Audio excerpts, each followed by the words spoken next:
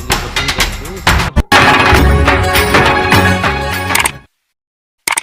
नमस्कार, मैं निसार अंसारी, वो शो महाराष्ट्र इसके साथ में। और आज हम गोरेगांव के अंदर मौजूद है। जिस तरीके से गैस की किल्लत को लेकर के जंग चल रही है और गैस की किल्लत काफी बढ़ गई है, जिसमें बेकरी वाले भी उसकी चपेट में आ रहे हैं। आज उसी को लेकर के नासिर अंसारी, जो बॉम्बे बेकर्स एसोसिएशन के अध्यक्ष है, उन्होंने एक मीटिंग बेकरी वालों की बुलाई। किस तरीके की चर्चा, उस पर हम बात करेंगे। वॉइस ऑफ महाराष्ट्र में आपका स्वागत है।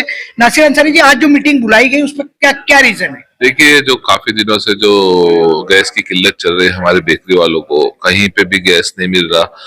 कुछ महीने, एक साल पहले हमारी बेकरी वालों को लकड़े से गैस पे कन्वर्ट कराया गया सरकार ने, और वो पोल्यूशन के नाम पे हम लोगों ने भी फिर सपोर्ट करके उसको गैस पे ले आए। अब गैस कहीं मिल नहीं रहा, तो बहुत सारी बेकरियां हमारी मुंबई की बंद हो चुकी हैं और इतनी परेशानी में है कि कुछ दिन अगर और ऐसे ही चला तो ये गैस नहीं मिला तो बेकरियां बंद ही हो जाएंगी, ये कंफर्म है। तो उसी को देखते हुए हमने हर एरिया के जिम्मेदारों को बुलाया था और जिम्मेदार के हिसाब से उनको एक राय मशवरे के लिए बुलाया था कि अगर गैस कल नहीं मिलता तो हमको क्या करना है।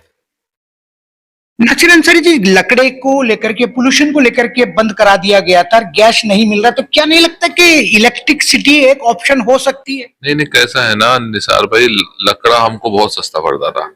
लकड़े से हम गैस में गए तो थोड़ा उसमें डबल तिबल वो हो गया।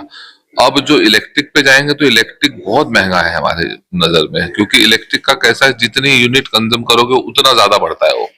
तो इलेक्ट्रिक पे ऑप्शन नहीं रहा तो इलेक्ट्रिक में, लेकिन उसमें भी खर्चा है, फिर उसकी लाइन का, उसका बहुत सारी चीजें हैं।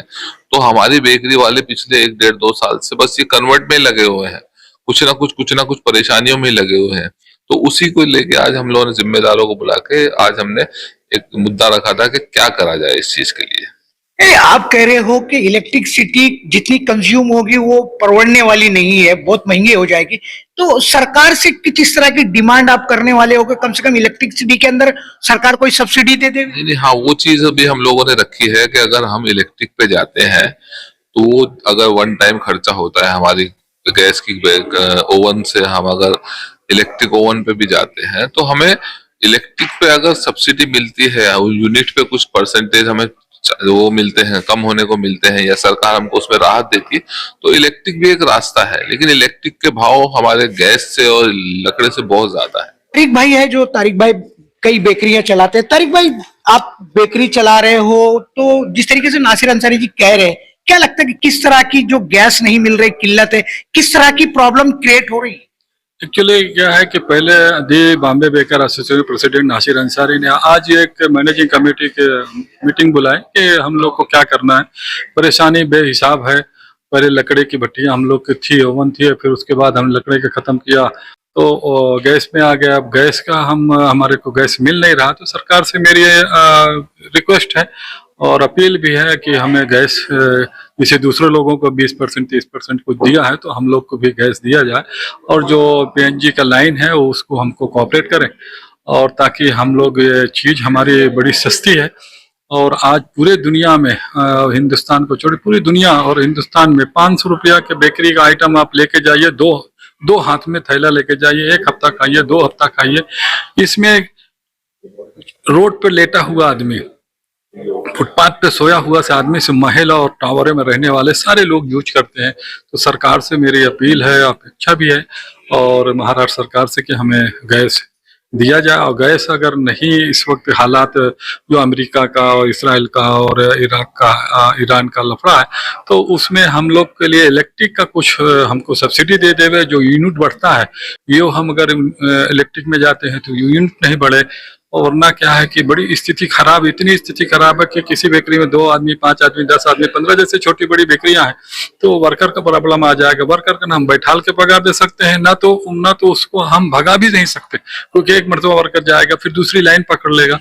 तो बहुत सी परेशानी है, रोजी रोटी का सवाल है। आज बेकरी वालों के इस तरह से रोजी रोटी का सवाल है कि भुखमरी के कगार में, इस आपदा में हमें 2 कंपनी ने बहुत सपोर्ट करने के लिए बोला दे, जैसे कि साफ ईस्ट कंपनी के मुत्तू साहब ने हमको फ़ोन किया, उनके लड़के ने फ़ोन किया चिड़िया ईस्ट कि कहाँ चलना है, किस डिपार्टमेंट चलना है, यहाँ तक कि मुख्यमंत्री के पास चलना है तो हम चलने के लिए तैयार हैं। तो उनका हम साफ ईस्ट कंपनी के मालिक मुत्तू साहब को भी, चिड़िया ईस्ट की कंपनी के सारे डायरेक्टर और उनके असिस्टेंट जो भी हैं, मार्केटिंग मैनेजर हरीश, तो सारे लोगों को बहुत तहे दिल से शुक्रिया अदा करता हूँ। कुछ इस तरह ट्रेडिंग वालों भी हमको बहुत सपोर्ट किया और उनका भी बहुत तहे दिल से शुक्रिया। और सरकार से मेरी अपील है और मेरी गुजारिश भी है और कि किसी भी तरह से हमारा बेकरी वालों को थोड़ा हेल्प करें।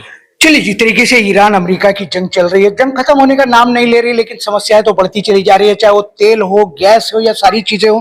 कहीं ना कहीं बेकरी जो है वो लकड़े से कन्वर्ट होकर के गैस पर आ गई थी, इलेक्ट्रिसिटी पर आ गई थी, लेकिन अब सवाल इस बात का है कि गैस मिल नहीं रही है, इलेक्ट्रिसिटी काफी महंगी हो गई है, महंगी है जो अफोर्ड नहीं कर सकते। लेकिन आने वाले दिनों में सरकार से ये गुहार लगा रहे हैं बेकरी के जितने भी लोग हैं, क्योंकि आज हर जगह पर देखा जाए गैस कमर्शियल ना मिलने की वजह से लोग वड़ा पाव खाने के लिए भी तरस रहे हैं, महंगा हो गया है। लेकिन आने वाले दिनों में सरकार को इन सारी चीजों को लेकर के विचार तो करना पड़ेगा कि आखिर एक गरीब आदमी जो 10 रुपए का वड़ा पाव खा करके जिंदगी निकाल रहा था, आज वो 20 और 25 रुपए का मिल रहा है। आने वाले दिनों में सरकार को इस पर सोचना पड़ेगा। और बेकरी की जो समस्या वो तो कंटिन्यू चली रही है, आने वाले दिनों में क्या होगा उस पर भी हम चर्चा करते हैं। तारिक भाई, आपने आज की कार्यक्रम को लेकर के, मीटिंग को लेकर के वॉइस ऑफ महाराष्ट्र पर चर्चा की, उसके लिए थैंक्स और धन्यवाद।